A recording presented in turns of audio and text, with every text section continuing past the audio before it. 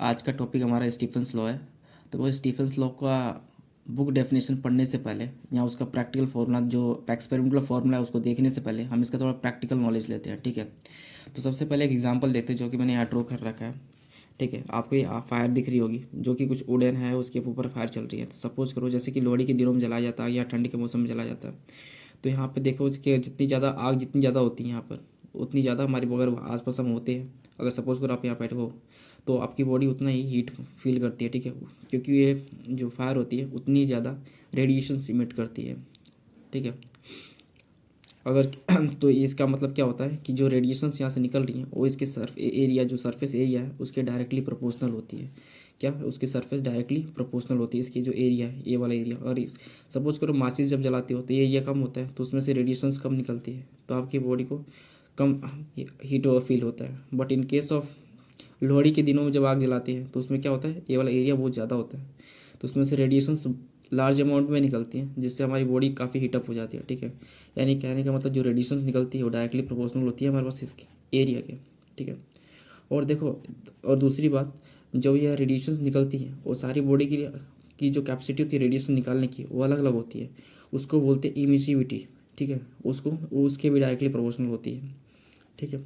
और जो रेडिएशन निकलती है और किस पे डिपेंड कर सकती है, टेम्परेचर पे कर सकती है। तो इसलिए टेम्परेचर की पावर 4 के डायरेक्टली प्रोपोर्शनल होती है और इमिसिविटी की डायरेक्टली प्रोपोर्शनल होती है। इमिसिविटी के बारे में थोड़ा सा बता दूं मैं। इमिसिविटी क्या होता है, इमिसिविटी ना किसी भी सरफेस का एक इमिसिविटी क्या होती है, material of its effectiveness. Emissivity of a surface is its effectiveness in emitting energy or thermal radiation. यानी किसी भी बॉडी कोई कितना रेडिएशंस को इमिट कर सकती है उसे हम करते हैं इमिसिविटी बोलते हैं, ठीक है। और जो ब्लैक बॉडी होती है, परफेक्टली ब्लैक बॉडी होती है, ब्लैक क्योंकि परफेक्टली ब्लैक बॉडी का रेडिएशंस बहुत ही हाई होती है, वो सबसे ज़्यादा रेडिएशंस को इमिट करती हैं, तो उनका जो इमिसिविटी होता है वो मैंने यहाँ नोट करके लिखा हुआ है, note emissivity for equal to 1 for black body, ठीक है। ठीक, अब सपोज कर लो कि जैसे कि मैंने यहाँ पे जो लिखा हुआ है कि HI लिखा मैंने, और इससे पहले थोड़ी सी और नोटेशन समझ लेते हैं हम। यहाँ पे आते हैं थोड़ा सा ऊपर, मैंने यहाँ कुछ लिखा हुआ है PE।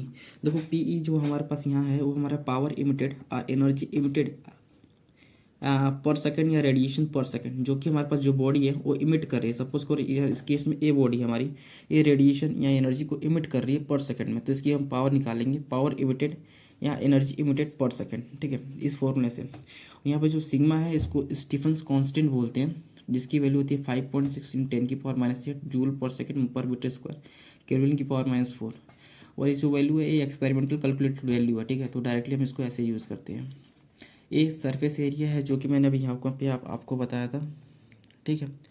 और यहाँ पे ई हमारा इमिसिविटी होती है जो कि मैंने बताया था कि इफेक्टिवनेस ऑफ मटेरियल होता है कि वो कितना रेडिएशंस को इमिट करती है, ठीक है। टी बी जो है हमारे पास टेम्परेचर ऑफ द बॉडी लिखा, और डेल्टा टी बी लिखा मैंने। डेल्टा टी बी क्यों लिखा मैं इसके बारे में थोड़ा सा बताता हूँ, ठीक है। तो नीचे आते हैं इसके लिए। और एक और चीज़, इमिसिविटी की जो वैल्यू होती है 0 to 1 के बीच में रहती है, ठीक है, इसको एक्सीड नहीं करती है। तो यहाँ पर आते हैं, सपोज करो जो HI जो रेडिएशंस है, जो हमने पावर लिया यहाँ पे, जो पावर हमने पी यहाँ पे लिखा उसको मैं HI से डिनोट करता हूँ। HI क्या है, HI में लेते हैं हम इसके इंटरनल पार्ट के लिए। सपोज करो कि यहाँ जो यहाँ का टेम्परेचर इस बॉडी का, ठीक है, इस बॉडी का टेम्परेचर कुछ टी है सपोज, हाँ ये सॉरी ये मैंने बाहर के लिखा है, सॉरी। यहाँ सराउंडिंग का टेम्परेचर TS है तो उसको हम T बोल देते हैं, ठीक है। और एरिया के लिए हमने ए यूज़ किया क्योंकि एरिया तो सेम ही रहेगा इसके लिए, ठीक है, ए हमने यूज़ किया। और सिग्मा स्टीफेंस कांस्टेंट, और सिग्मा स्टीफेंस कांस्टेंट यूज़ किया हमने।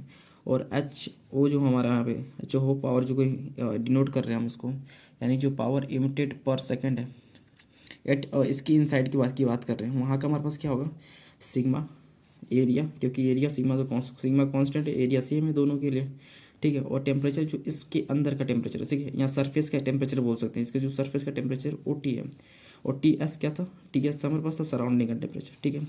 इन दोनों का जब डिफरेंस लेते हैं तो हमारे पास सिग्मा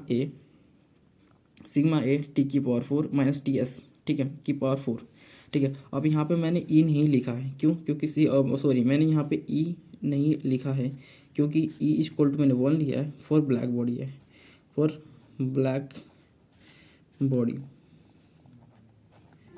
ठीक है। ये ब्लैक बॉडी के केस कंसीडर किया मैंने, इसलिए मैंने सिग्मा इमिसिटी इक्वल टू 1 लेके चला मैं, ठीक है। इसलिए मैंने यहाँ पे इमिसिटी नहीं लिखा।